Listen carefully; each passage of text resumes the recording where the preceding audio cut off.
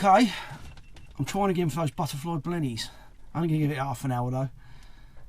I've got the gulp worms, which I'm using, a little segment of that. And I'm using these little tiny rigs that my very good mate Dan Sissons brought back from Japan. And first drop, tom pot. So not a butterfly blenny, but a pretty little tom pot there.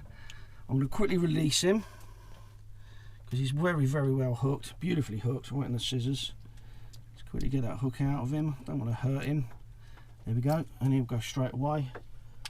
So he darted off. And while I'm out of the water, I'll show you the if you can see him. I can barely see him myself, but I've got like a ½ ounce lead, and these sort of like little tiny, almost sabiki like rig, 2-hook rig, little gold bead, little fluorescent one. I've got a little bit of that artificial worm on it, and that's what I'm trying for. So wish me luck. Okay, another blenny, not a butterfly, but not really sure what that one is, in fairness. Get my finger out of the way, lay him on my hand, I suppose would be better for you to see it. Sometimes you look at that dorsal, and if it, come on now you, behave yourself. If it, yeah, it's a little bit off the back edge of it, like a little, not making a very good job of describing it, or holding this fish actually, but off the very end of his dorsal there's a high bit. Do I want to say that's a black goby then? Common goby? Not sure. Anyway, I'm going to put him back because they're quite lively little fish. These aren't going for bait, by the way. Pout, they can come back, but all the little blennies and gobies, they're going to be released. Well, yet another species, gold cinny. So this technique really does work for the bashing these minis out. He's on a little bit of ragworm. I put a little tiny segment of rag on, but that's what is called a gold cinny wrasse. Very pretty little fish actually, very delicate little fish. Again, straight back.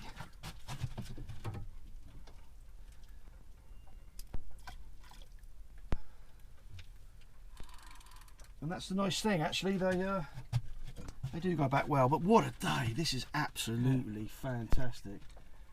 What a day, Graeme, eh? It's absolutely sheet of glass, absolutely flat as you want. Yeah, this is what Graeme used to always refer to as a Wilson day. Yeah. So yeah.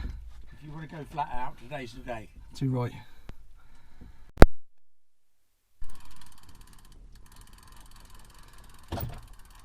Can I claim that? He was hooked. It's a brittle star, so you know. There you go, very rich ground. I'd love to drop the camera down here, but it's a bit snaggy and I don't want to lose it. So I don't know, I might risk it. I might drop it down on a float just to see, because I'm dying to know what the bottom looks like. Anyway, onwards and upwards while we're still catching. I thought that was a knack. There you go, Graham's had a bream now on bait feathers. Oh, hang on, I think I'm into a bream as well. You're a bream as well, yeah. I thought it was a mackerel, I have to say. I thought it was a mackerel. Well, this feels very bream-like on these little tiny hooks. So we've obviously come over a little bit of must be a bit of rough ground or something. Slightly different ground. Wow, it certainly feels like a bream. If it's not, I'll be surprised. Digging like one. I thought that was mackerel, I must admit. And there we go, double it. Oh, a scad on the bottom. Oh, what's that, Graeme? We'll have the scad for certain. Well, there you go. There's a little bream there, you can go back, but Mr. Scad is bait. Yeah. So, thanks to Graeme, he said let's have a move. He said let's try this Bullock's Patch area, which we meant to try a few times, never got around to it. So there's a nice wrasse I've just picked up. There we go, nice hound for Graeme there. So yeah, glad we made that last move. Excellent. Yeah, played some nice mackerel as well. Yeah, lovely. Wow. Down here on the very busy Millennium Pier Gosport, millions of birds over in the background there working. Almost exclusively that's going to be small bass underneath those birds. But I'm with my good mate Dan Sissons there, LRF Dan. He knows what he's doing. But I've just caught the first fish of the session, and it's a little corkwing, pretty little fish. And I'll get him back quick first. Let's get him back. Let's turn the camera off and I'll come back to it. Just put that corkwing back. So your setup, Dan, what sort of main line you got on there? That's £4 fluorocarbon. You might not be able to see it on there. There's super light braid on there, but I'm spending more time getting attached to the bottom than I am fishing at the moment. So I'm retying again for the third time on this. I've only been here 10 minutes. Although Dan is doing it properly, he's got the little rubbers on and hopping them about. I'm cheating. I've got a bit of ragworm. I'll show you my setup. It's nowhere near the finesse of Dan's. I've got £20 braid, just a bead running on a ounce lead. I think, believe it or not, that is £30 fluoro I'm using, and it's just a running ledger rig. Small hooks, little bits of rag.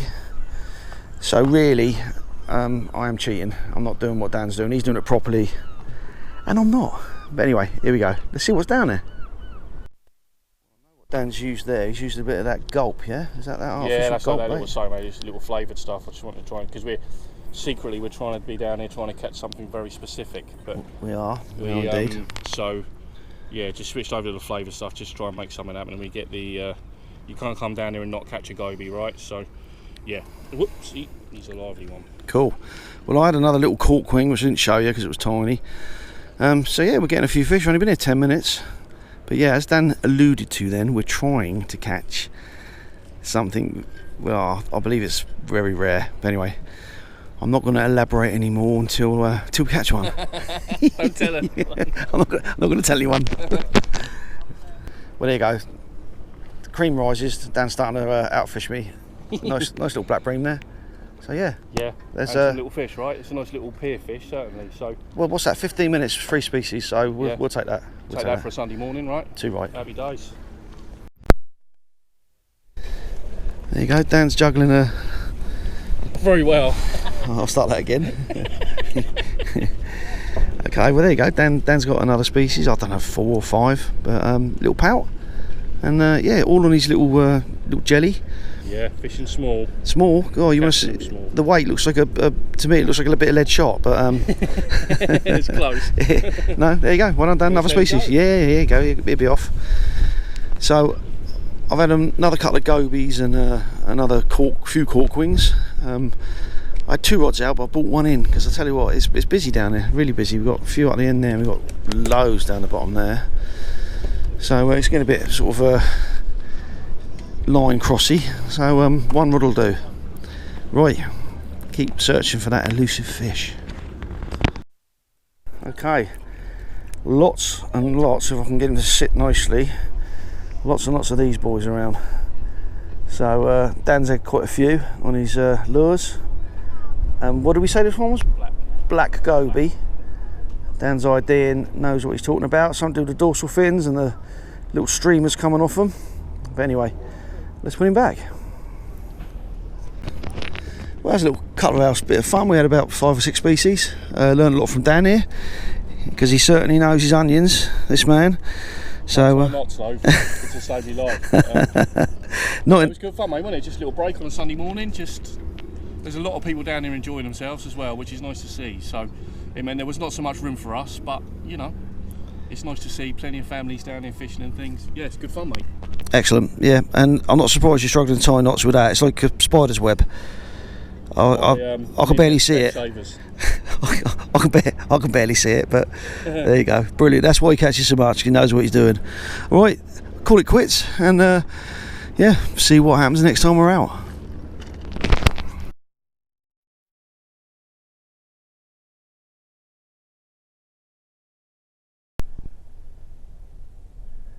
Despite the wind, and it might not look it, but there is a fair bit blowing, it's a really cracking morning. You might be able to see by the flag up there that was standing completely horizontal a moment ago. But what it is, normally on a day like this, wouldn't bother going out on the boat. Just open the gates.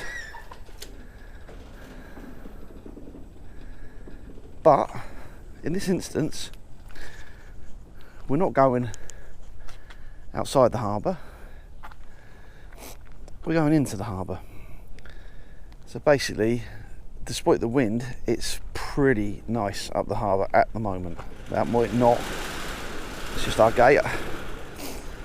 That might not continue as the morning goes on, but at the moment, do you know something? It's really nice. Now, things to contend with.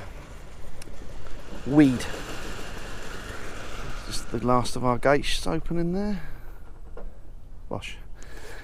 Yeah, so weed. Now, here on the south coast, man alive, you can get a lot of weed, and it can be unfishable. But if you don't try, you don't know. And we're going to continue on the species hunting. You might have seen on the earlier part of this film, smashed out a few mini species, not the ones we wanted, but we'll keep chasing them. Do like to chase new species. But we're going in the harbour here, and I might have mentioned this before, I've overlooked it, the harbour, for many years, 35, 40 odd years really. Fished it from the shore a few times, I hardly ever fished it on the boat. What a mistake, because the harbour can provide some fantastic fishing. Anyway, let's see what today brings. What a nice morning.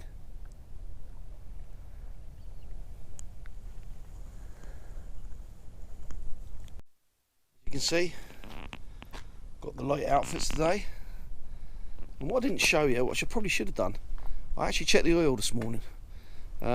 Something a lot of people don't do that often on outboards, and you should. When that engine, before I'd tilted it up, obviously it'd been sitting there down for quite some time, so I just checked the oil, and it needs an oil change. I have one done every 6 months because I do quite a lot of hours, and it's just about due one now, but the oil's okay and the level's okay, so we'll be good for today. That's another thing, put your bung in there. People forgot to put that bung in, me included. Don't do that, whatever you do, because it might only be a small hole, but man alive, the water pours in. And I think a lot of us have done it. Not to be recommended. Remember, put that bung in. Okay, we've just got here. We're getting bites already. Tim's got a fish on. Not a huge fish, we don't think, but it's the first one of the day, and it looks like a little corkwing. Check that's not a Balin's, because they are here. No, that looks like a little corkwing, Tim. Well, there you go. First fish of the day. That said, we've had lots and lots of cracking bites, just not hooked up, which is strange because we've got little tiny sharp chinnoos on, and they normally are very good at getting hookups. But promising. I don't want to speak too soon, but I'm not superstitious. I'm going to say we've had very little weed. The tide's not pulling too hard, and at the moment I'm quite hopeful we're going to catch a few more fish. Tim's in again. Oh, bit of weed. Yeah, definitely a fish there though, isn't there? And it's a shoal bass. There we go. Fish number 2, species number 2. Little shoaly there. Right. Yeah, little twizzle stick there. Let him go. Oh, hang on. Whoa, that was a good bang down. Ooh, that was a really good pull down. That's what I've been getting on. I don't understand why I'm not hooking up. I've got tiny little hooks on there. You know, strong but sharp hooks. That was a really good pull down. Still having a go, whatever it is. Right, let's stop this then. If I get it, you'll see it. Well, I've joined the party with one of our targets for the day. Nice little gilt-head bream. There we go, beautifully hooked, and that's what I was hoping to happen. Not a big fish. There are bigger in this harbour, but anyway, I'm happy with that. Let's let him go. As I say, beautifully hooked, and he's gone. Right then, it's starting to happen. Double shot, corkwing wrasse. There we go. So, it's all starting to get good. Not a lot of weed, a bit, but not a lot. Let's let these boys go. Okay, gilt number 2. Again, only small, but most welcome. He goes straight back. And there he goes. So yeah, we've got some nice worm from Cosham Angling. There we go. Top shop. Got a few other bits and pieces of bait as well. But at the moment, it's the worm that's doing the business, which is usually the case. So what's that, 4 different species? 4, 5 different species? Can't remember now. 4 is it? And we've been here hour maybe? Hour, yeah. Yeah, there's a bit of weed coming through, but nothing too bad. At the moment, what's concerning me is we're swinging. That wind sort of dropping off. You might not hear it because I've got my back to it, but it is blowing. Now the harbour's nice and calm. It's not quite as calm as it was, a little bit of ripple. Still very calm. But that wind is getting up, and if I was to put the microphone around the corner here, you possibly hear it a bit more. It is blowing.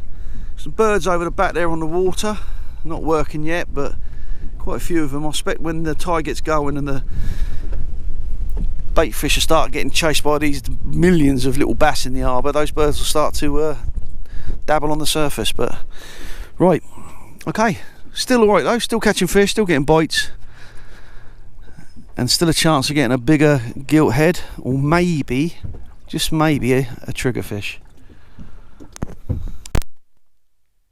There are all the birds over there in the distance working hard. Thought they would. As soon as that tide picks up a bit, I think that's the sand eels coming off the bank and the bass chasing them. Obviously any wounded or damaged eels, or ones driven to the surface, those birds are after them. But you might look over there and think, oh, mackerel, because they do come in Langston Harbour, which is where we are. But no, that'll be loads of little bass. Maybe a few bigger ones up there.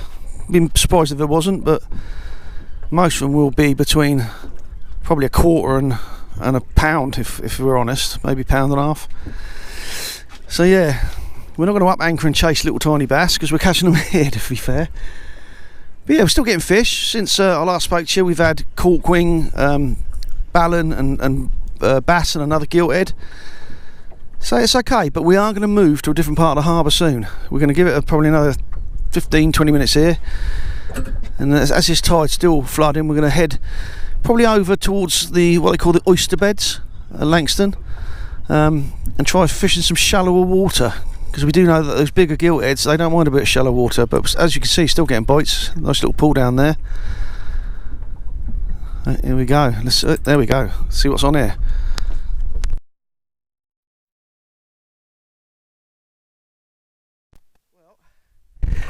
You can see by the sounder there is a shed load of mackerel just outside the harbour. We saw the birds working, and they were a little bit further out, but not far. I mean, they're out there now, but there's still fish here underneath us, and we have proper filled our boots. Now that might look like we've been greedy, but not anything of the sort. Basically, you don't often get chances to, fill up your bait freezer with these fresh mackerel, because they're few and far between a lot of the time. So we're making the most of what we got. They'll all be frozen down, probably 3 at a time, and we'll have plenty of bait throughout, certainly for the rest of the year.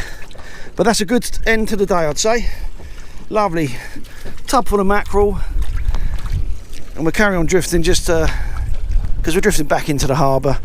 As I say, still a few fish, not as many as there was. That was a black with fish earlier. But that's a nice end to the day. And it's, well, I say the end of the day, it's about lunchtime. So yeah, spot on. Right, we'll look forward to seeing you next time. Tight lines all.